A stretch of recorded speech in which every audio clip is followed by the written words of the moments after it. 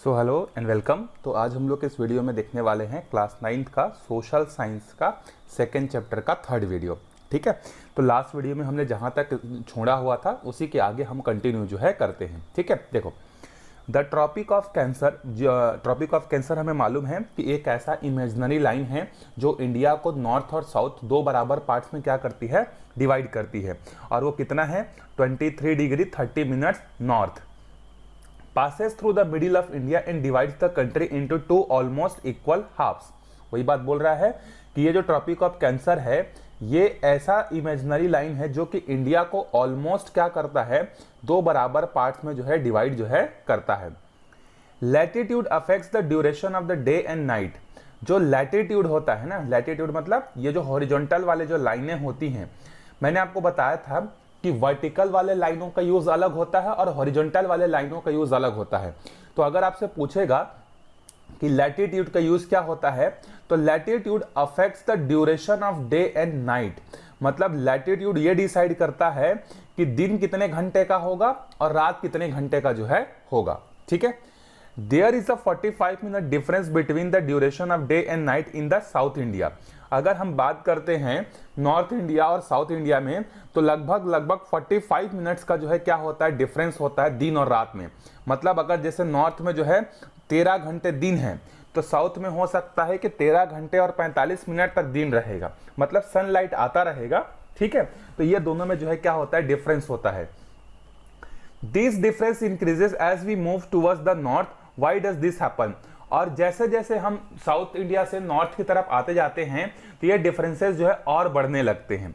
समझ में आया? ठीक है, तो इसका मतलब ये नहीं कि 24 घंटे का दिन नहीं होता है, 24 घंटे का दिन और रात दोनों जगह होता है। सन का जो लाइट होता है वो नॉर्थ इंडिया में ज्यादा देर तक साउथ इंडिया में ज्यादा देर तक पड़ता है और नॉर्थ इंडिया में कम देर तक पड़ता है। कभी इसका उल्टा भी हो जाता है ठंडी दिनों में कि साउथ में जो है कम देर तक सनलाइट रहेगा, नॉर्थ में ज्यादा देर तक रहेगा। तो ऐसा जो है दोनों में जो है डिफरेंसेस जो है होते हैं। अब ये डिफरेंसेस क्यों होते हैं, देखो The sun shines directly over the equator for a most of the year, so the length of day and night are the same near the equator। हमने पढ़ा है कि इक्वेटर जो होता है वो अर्थ का एक सेंटर लाइन होता है इस तरीके से। तो सन का जो लाइट है, ये मान लो हमारे सन है, तो सन का लाइट जो होता है वो हर साल भर लगभग जो है पूरा का पूरा इक्वेटर पर ही क्या करता है, सनलाइट जो है फॉल करता है। तो यहाँ हमेशा लाइट बराबर पैरेलल रहता है। तो इक्वेटर पर दिन और रात क्या होते हैं, ऑलमोस्ट जो है क्या होते हैं, बराबर होते हैं। मतलब 12 घंटे का दिन होगा और 12 घंटे का रात होगा इक्वेटर पर। But as we move north और south of the equator the angle at which the sun's ray fall on the earth surface increases. लेकिन जैसे जैसे हम नॉर्थ की तरफ जाएंगे या साउथ की तरफ जाएंगे, तो अब जैसे मान लो साउथ की तरफ जाते हैं तो सन के लाइट को पहुंचने में देखो अब ऐसा आना पड़ेगा, तो इसका एंगल बढ़ा के नहीं। मतलब मैं आपको समझाता हूँ थोड़ा डायग्राम बना के कि कैसे हम नॉर्थ और साउथ की तरफ बढ़ते हैं तो क्या प्रॉब्लम होने लगता है। जैसे देखो ये हमारा अर्थ है, अगर इक्वेटर पर आना है तो इस तरीके से सीधा सीधा लाइन आ जाएगा। अगर साउथ की तरफ हम जाएंगे तो ये लाइट रे इस तरीके से यहाँ पहुंचेगा। तो देखो ये एंगल बढ़ा कि नहीं। इसी तरीके से नॉर्थ की तरफ जाएंगे तब भी ये एंगल बढ़ा कि नहीं। तो अगर हम नॉर्थ की तरफ जाएं या साउथ की तरफ जाएं, दोनों डायरेक्शन में मूव करने से वो जो एंगल जो होता है सन के रे का अर्थ के साथ, वो बढ़ने लगता है।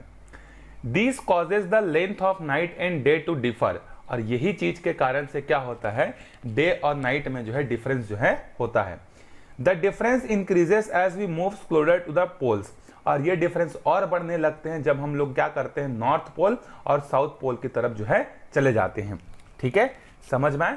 तो लैटिट्यूड जो होता है उसके कारण से डे और नाइट में जो है क्या होता है, दो जगह के दिन और दो जगह के रात में जो है क्या होता है, डिफरेंसेस जो है क्रिएट जो है करता है latitude. Similarly the time also changes as we move from west to east. अब बात हो रही है किसकी, लॉन्गिट्यूड की बात हो रही है। ठीक है, पहले हम किसकी बात कर रहे थे, लैटिट्यूड की। लैटिट्यूड मतलब नॉर्थ से साउथ की तरफ जाते हैं या साउथ से नॉर्थ की तरफ जाते हैं तो क्या इफेक्ट होता है। अभी हम बात कर रहे हैं किसके, लॉन्गिट्यूड की। लॉन्गिट्यूड मतलब ईस्ट से वेस्ट की तरफ जाते हैं या वेस्ट से ईस्ट की तरफ आते हैं तो क्या डिफरेंस होता है। The difference depends on the longitude at the local time in Gujarat which is located at the western edge of India is 2 hours behind the local time in Arunachal Pradesh which is located on the eastern edge of country. Longitude जो होता है वो time को change करता है। ठीक है।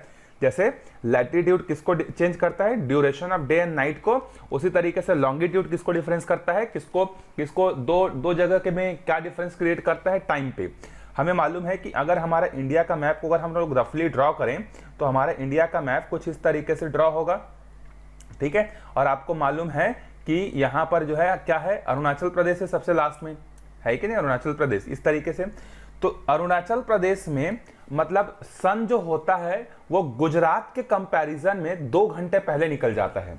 मतलब जैसे हमने पूरे ऑल ओवर इंडिया के लिए टाइम जोन तो एक ही रखा है, चाहे तुम इंडिया में रहो, चाहे गुजरात में रहो, चाहे अरुणाचल प्रदेश में, चाहे कन्याकुमारी में, कहीं भी रहो, हमारा जो टाइम जोन है वो सबके लिए सेम है।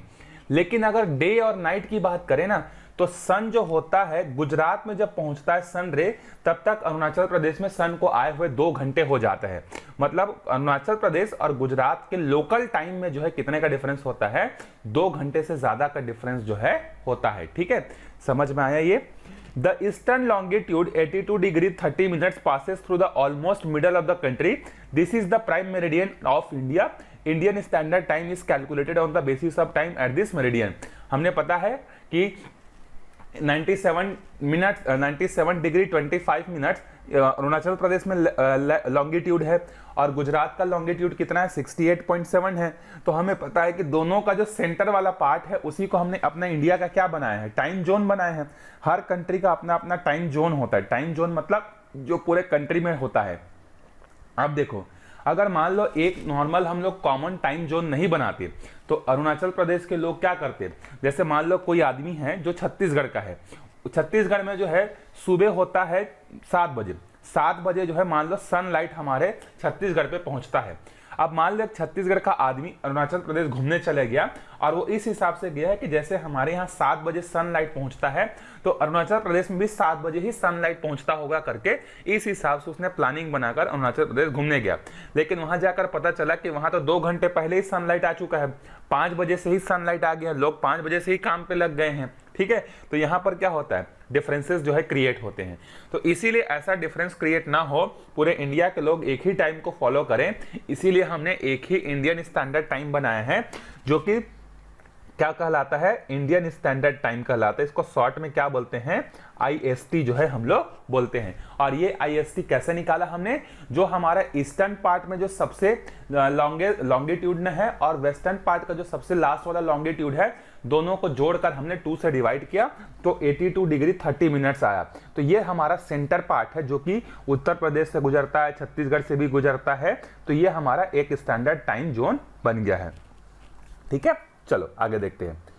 The south Asian association of regional coordination SAARC was formed to improve ties, political, economic, culture between the nations of the South Asia. अब थोड़ा सा हम लोग इंडिया से बाहर निकलकर इंडिया सब कॉन्टिनेंट की बात करते हैं। जैसे आप लोगों ने बहुत सारे अलग अलग ग्रुप्स का नाम सुना होगा, G20 आपने सुना होगा, नाटो सुना होगा, ठीक है। उसी तरीके से एक और एसोसिएशन है south Asian association of regional coordination, जिसको हम लोग SAARC बोलते हैं। ये SAARC जो है क्या करता है, इंडिया के आसपास के जितने भी कंट्रीज हैं उनके साथ एक ग्रुप बनाता है और ग्रुप बनाकर पॉलिटिकल हो गया, इकोनॉमिक हो गया, कल्चर हो गया, इन सब चीजों को क्या करता है, प्रमोट जो है करते हैं। India shares boundary with all the SAARC countries except for Afghanistan and the Maldives. India जो करता है क्या किया है, यहाँ पे देखो सारे कंट्रीज के साथ जो है SAARC, जितने भी SAARC कंट्रीज हैं उन सबके साथ जो है ये क्या करता है, बॉर्डर शेयर करता है। यहाँ पर गलत लिखा हुआ है कि यहाँ पर अफगानिस्तान के साथ बॉर्डर शेयर नहीं करते, ये बिल्कुल गलत लिखा हुआ है।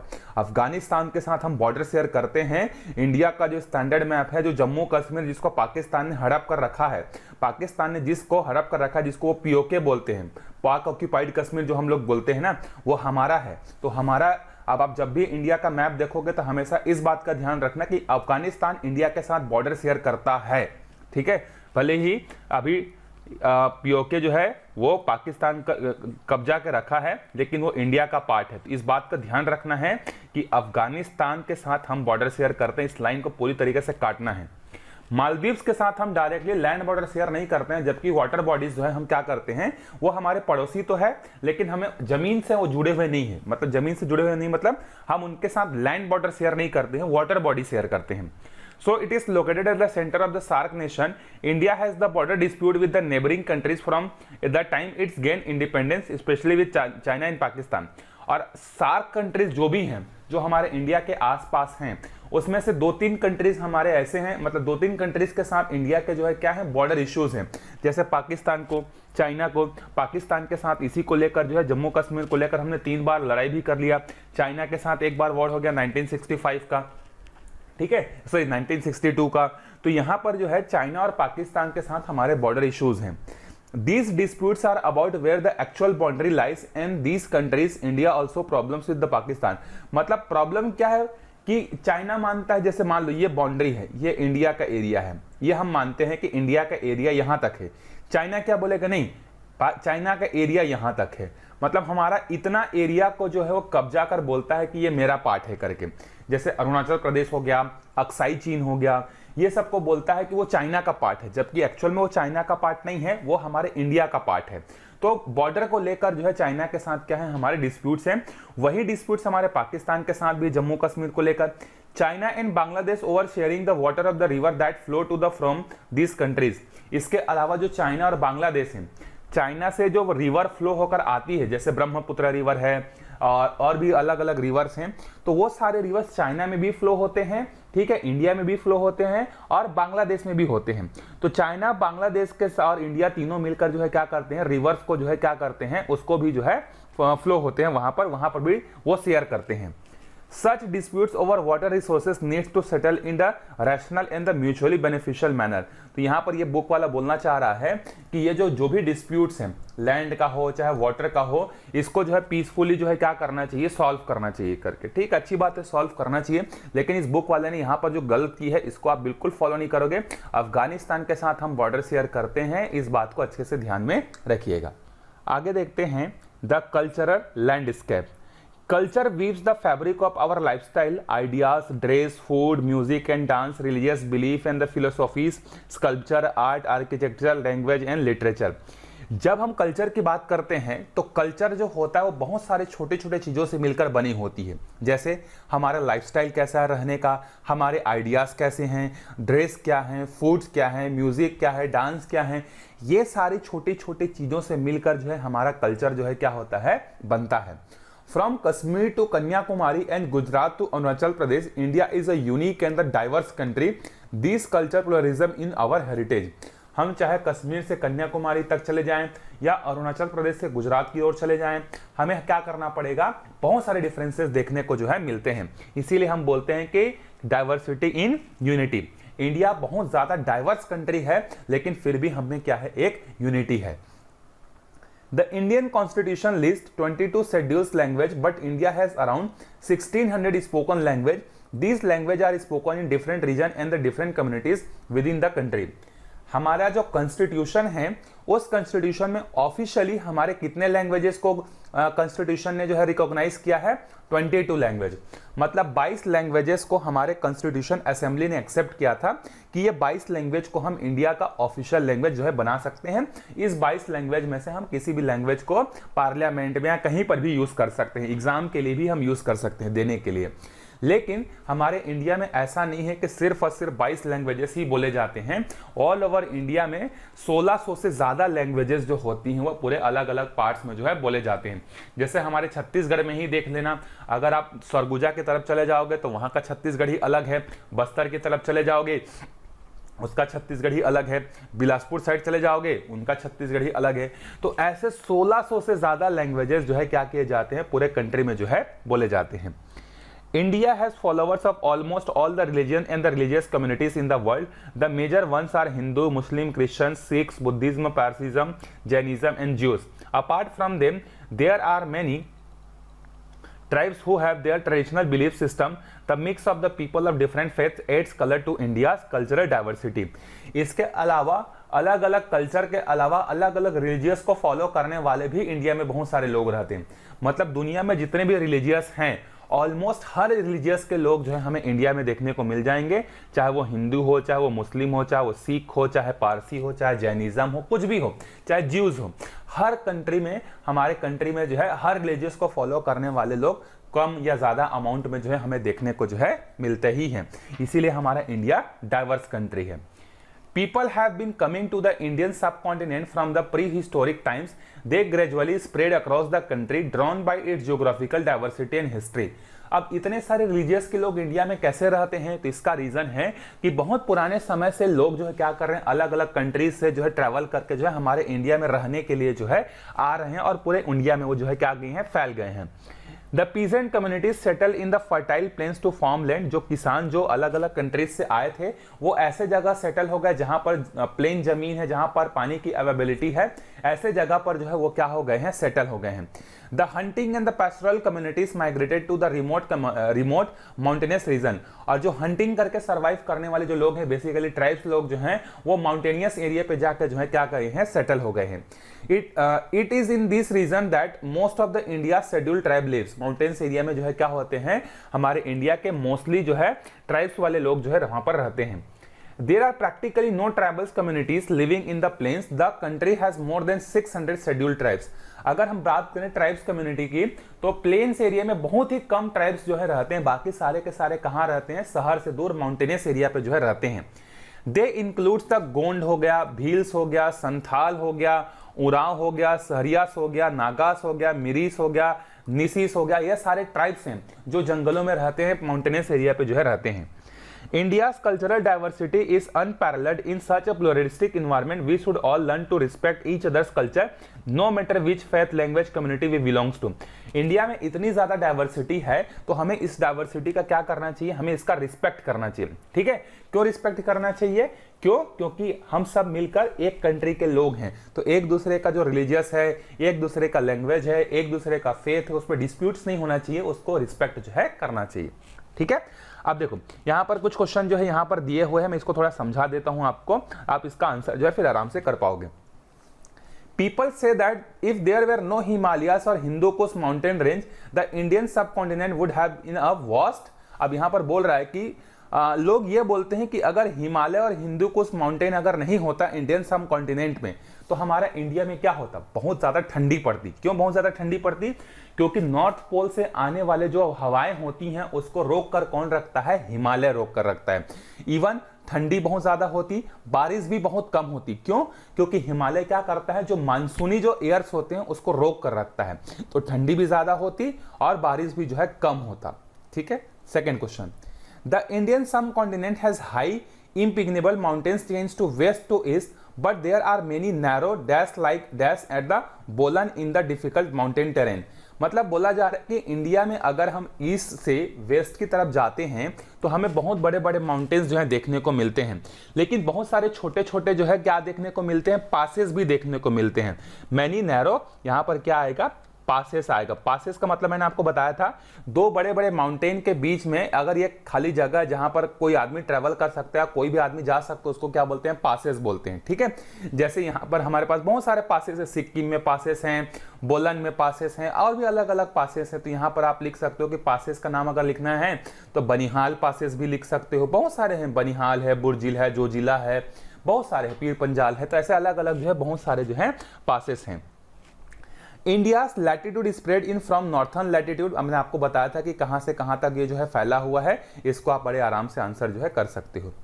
India is the second most populous country in the world in home to around, कितने परसेंट लोग यहाँ पर रहते हैं पूरे वर्ल्ड का, लगभग 17.2%, पूरे दुनिया में पॉपुलेशन का 17.2% हमारे इंडिया में जो है रहते हैं। ठीक है, और क्वेश्चन यहाँ पर दिया हुआ है, देखो, what are the names of the peninsular river originate in the Himalaya. Himalaya से कौन कौन से रिवर्स निकलती हैं, तो एक तो इंडस है जिसको हिंदी में सिंधु बोलते हैं, ठीक है, फिर सतलज है, फिर उसके बाद गंगास है, इसको इंग्लिश में गंगास बोलते हैं, फिर ब्रह्मपुत्र है। ठीक है, तो ये 4-5 रिवर्स जो है वहां से निकलते हैं। What protect us from the freezing cold winds blowing the southward to the north pole. North pole से चलने वाली ठंडी हवाओं से हमें कौन रोकता है, तो हमें रोकता है द ग्रेट हिमालय। ठीक है, हिमालय जो होता है वो हमें बचाता है इन ठंडी हवाओं से। Name the neighbouring countries that share boundary with the India, ये मैंने पहले भी आपको बता दिया है कौन कौन से हैं, पाकिस्तान, अफगानिस्तान को बिल्कुल नहीं भूलना है, अफगानिस्तान के साथ हम बॉर्डर शेयर करते हैं। अफगानिस्तान हो गया, पाकिस्तान हो गया, चाइना हो गया, नेपाल हो गया, भूटान हो गया, म्यांमार हो गया, बांग्लादेश हो गया। ये 7 कंट्रीज के साथ हम बॉर्डर शेयर करते हैं। What is the significance of SAARC? SAARC के साथ हम क्या करते हैं? अपने cultural, religious, political, economics benefits को क्या करते हैं? शेयर करते हैं। Which is the prime meridian of our country? Prime meridian हमारा कौन सा है? 82 डिग्री एंड 30 मिनट्स। हमारा जो ईस्ट है ये हमारा प्राइम मेरिडियन टाइम है, जो कि पूरे इंडिया में यूज किया जाता है। How many languages are spoken in your state? List them. हाँ, ये आपके लिए होमवर्क है कि आपके स्टेट में, मतलब हमारे छत्तीसगढ़ में कितने लैंग्वेजेस जो हैं बोले जाते हैं, उसके बारे में आप सर्च करिए एक बार। ठीक है, अब मिलते हैं अगले वीडियो में नए टॉपिक के साथ।